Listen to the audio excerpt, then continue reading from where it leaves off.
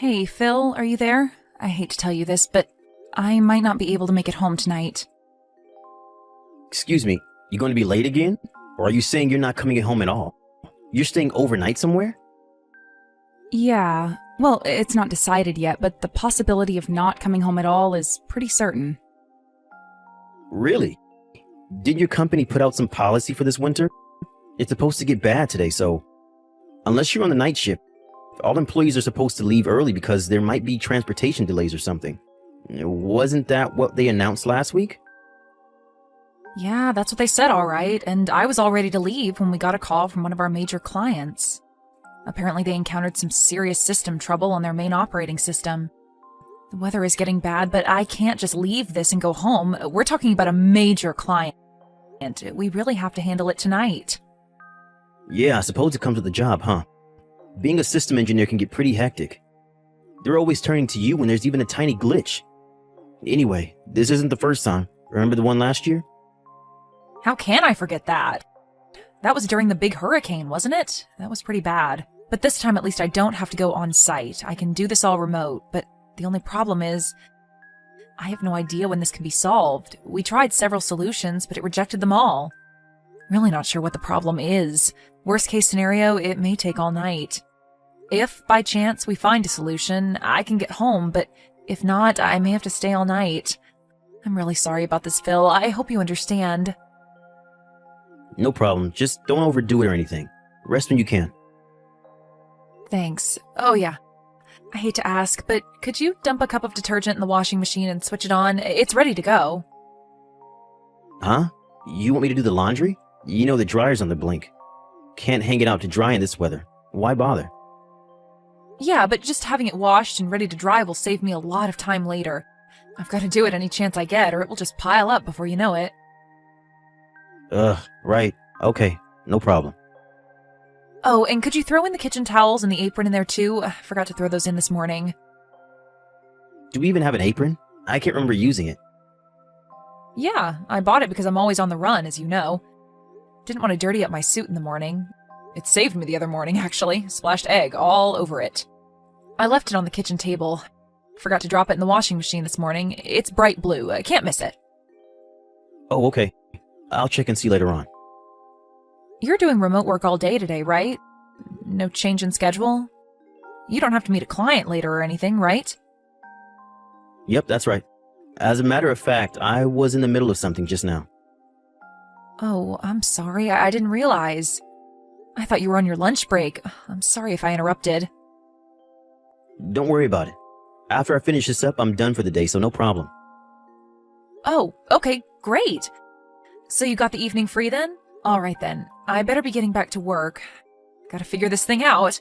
If I'm lucky, I can get this done tonight. Wish me luck. All right, good luck.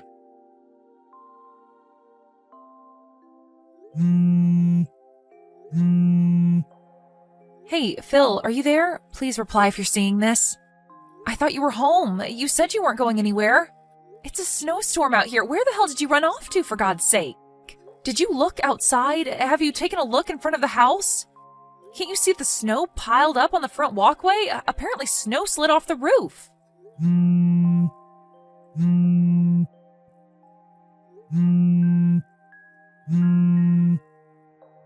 I got a call from Mrs. Barkley next door. You know, the old lady next door, right? Well, she told me that there was a woman buried in the pile of snow. Must have approached the house and the snowpack slid off the roof or something. It was apparently a pretty large pack of snow. Luckily, Mrs. Barkley called the ambulance right away because nobody was home at our place.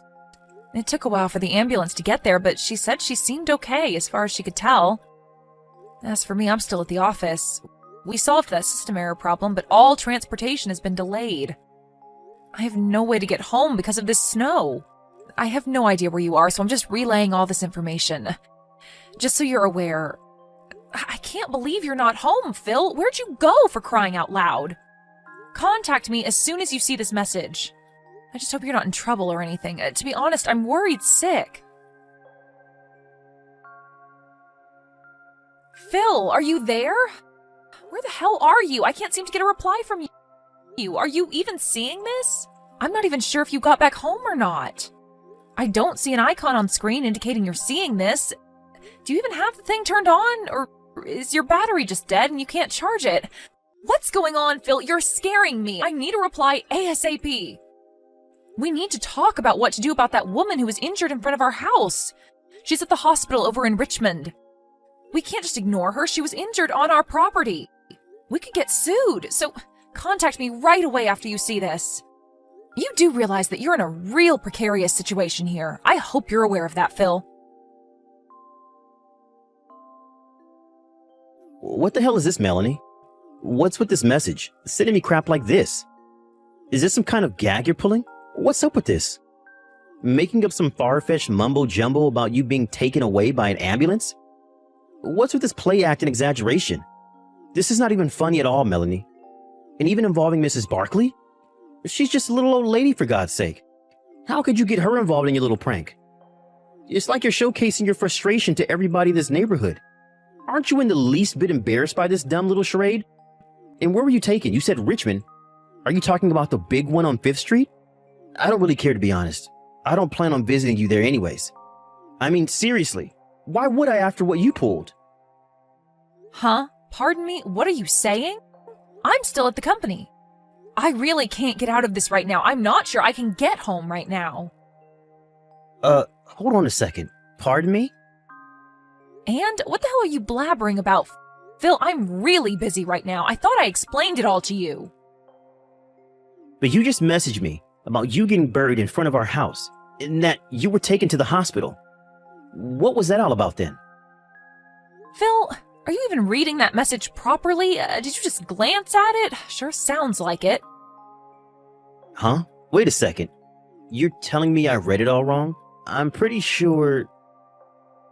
Just read it over one more time, would you please? And this time, slowly, so that you understand the entire situation. What is this, Melanie? Some woman was hauled off to the hospital from our house? Are you serious? It says she got buried in snow in front of our house. Are you kidding me? What the hell happened? Come on, Phil. You did that, didn't you? Huh? Excuse me? What was that crap you said to me? You read that message from me all wrong. You thought it was me that got buried in snow and you didn't give a hoot about me.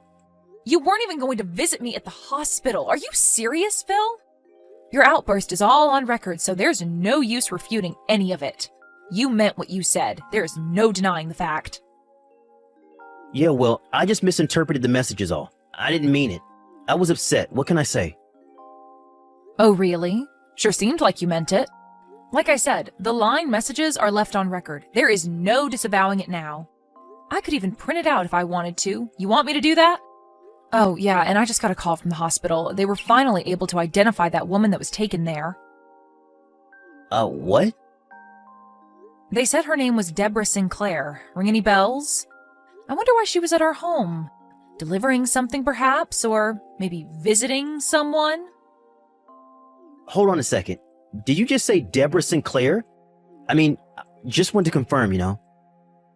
That's right. Sure sounds like it rings a bell with you, Phil. On the other hand, I have no recollection of such a person. Who is this Deborah Sinclair? You know her, right? Who is she, Phil? I'm not sure. I thought it was you. Yeah, and? You thought it was me, so what? Forget what I said. It's nothing. It's kind of late to be saying any of that anyways. Pardon me? Phil, do you know how much time has passed since this Deborah was taken to the hospital?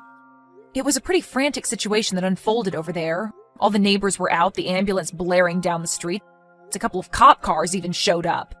In such a situation, don't you think they did a little background check regarding the whole thing? The cops aren't stupid, you know. What are you trying to say? Come right out and say it, Melanie. You got my undivided attention. Give it a go then. All right, if that's the way you want it, Phil. I know all about your little affair, Phil. That Deborah, she's your hot little babe, am I right? Wait, what? How do you... And you were seeing two separate girls. Really, Phil? I didn't realize you were such a low-life scumbag. Oh, wait a second. Why do you even know all this? Okay, you seem completely bewildered, so let me explain the whole thing to you, Phil. Once you found out I wasn't able to come home last night because of the system troubles we had at the client's place and the fact that the traffic was all disrupted due to the snow, you immediately contacted both Deborah and this other girl you're seeing. But apparently Deborah wasn't able to make it, so you decided to spend the day with your other lover. How am I doing so far, Phil? Did I miss anything? What I think you probably did was you decided to go and pick this girl up somewhere because of the snow. That left the house temporarily empty. But because you're so absent-minded and don't really think things through, or maybe it was you because you were so excited to see your lover. I don't know. Well, in your haste, you left the door unlocked.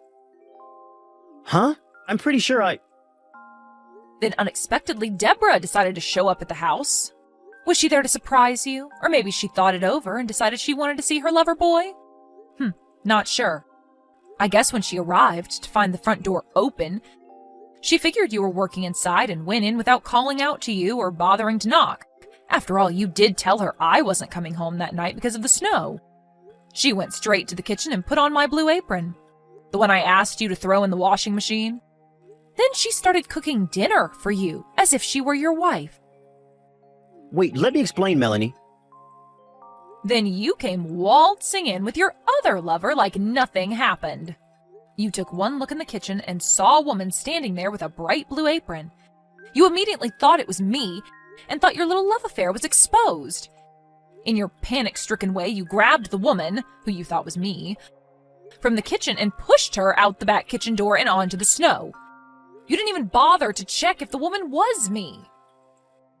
Are you telling me that woman I tossed out was Debbie? Yep, that was Deborah. But you seem to prefer Debbie. You guys figured you couldn't very well have your fun and games with the wife at home, so you guys immediately left the house and locked the door on your way out. I have no idea where you guys went, but you were definitely with this other woman of yours, right? Well, we were... Hey, what happened to Debbie? I heard that when you tossed her out the door, she fell off the porch and broke her ankle. Apparently you told her, thinking it was me, of course, to stay in the snow to cool off or something to that effect. Debbie managed to make her way to the front door, but it was locked. When she tried to leave the house, she fell off the front porch and couldn't get up due to the severe pain in her ankle.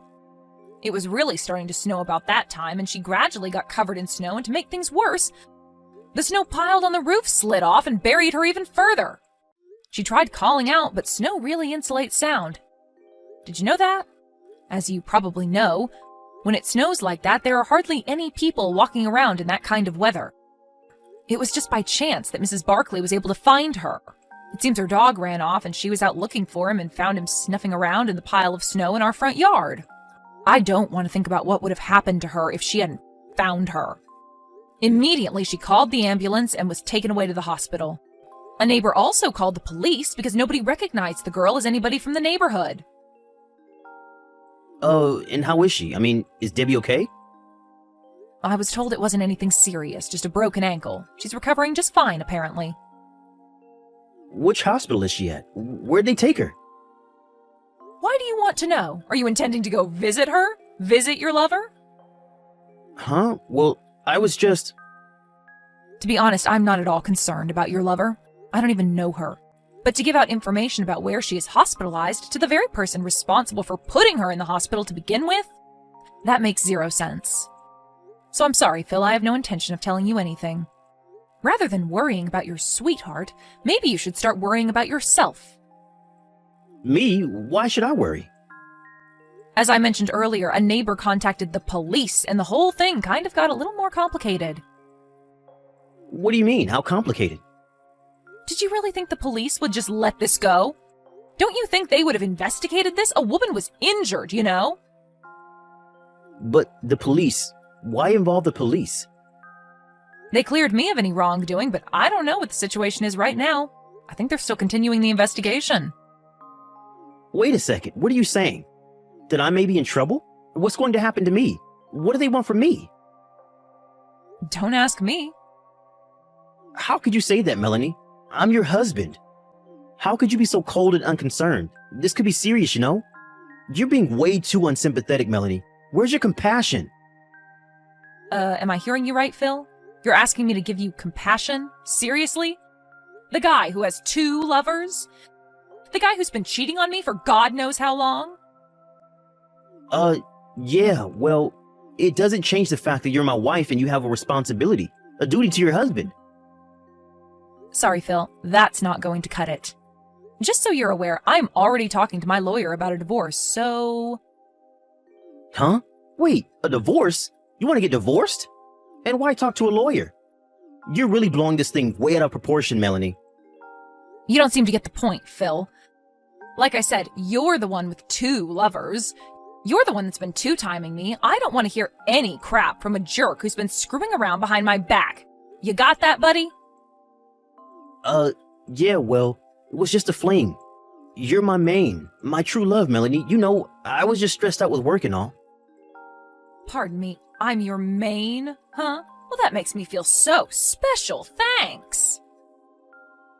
Yeah, what I mean is, I picked you as my wife. You were the best of... Best of the lot? Like selecting a used car or something? When are you going to get tired of that and get a new one? And by selecting, are you saying you were already going out with the other 2 girls even before we were married? Maybe there was more than 2. No, of course not. Sure sounds like it, Phil. You picked me out of the 3? I wonder why. Is it because I make more than them? No, what I'm saying is... I think I'm officially getting pissed off. Before I really go over the edge, maybe it would be better if we continued further discussions regarding this issue through our lawyers. Like I said, this whole thing about lawyers is going way too far. Let's just talk face to face. I'm sure we can work it out between us. This coming from the guy that's been screwing around behind my back? My pissed off meter just went up a notch. I wouldn't push it any further, mister. But I was just trying to... Please don't try anymore. You'll really regret it, Phil. I would advise against it. Huh? Okay, Phil, that's all I've got to say. Goodbye. Have a good life, Phil. I really was about to explode during that line exchange. Glad I cut it off in time. I talked to my lawyer after that and started the process of getting all the papers ready for the divorce. I'm so glad the lawyer will take care of the rest and not have to see Phil any more than I have to. I'm scared I may even give him a fat lip. About a week or so later, my lawyer was able to collect all of the evidence of his infidelity and came up with the amount we would be demanding from him. I was surprised that he got it all done in such a short period of time. The house we were living in was in Phil's name, so I was the one that had to move out. As for Phil, the 2 women eventually learned that he was secretly seeing the both of them. When they found out, you can imagine the furious reaction that must have ensued. Deborah, the girl that got thrown out of the house and ended up in the hospital, is apparently pressing charges against him. The other woman is also suing him for damages.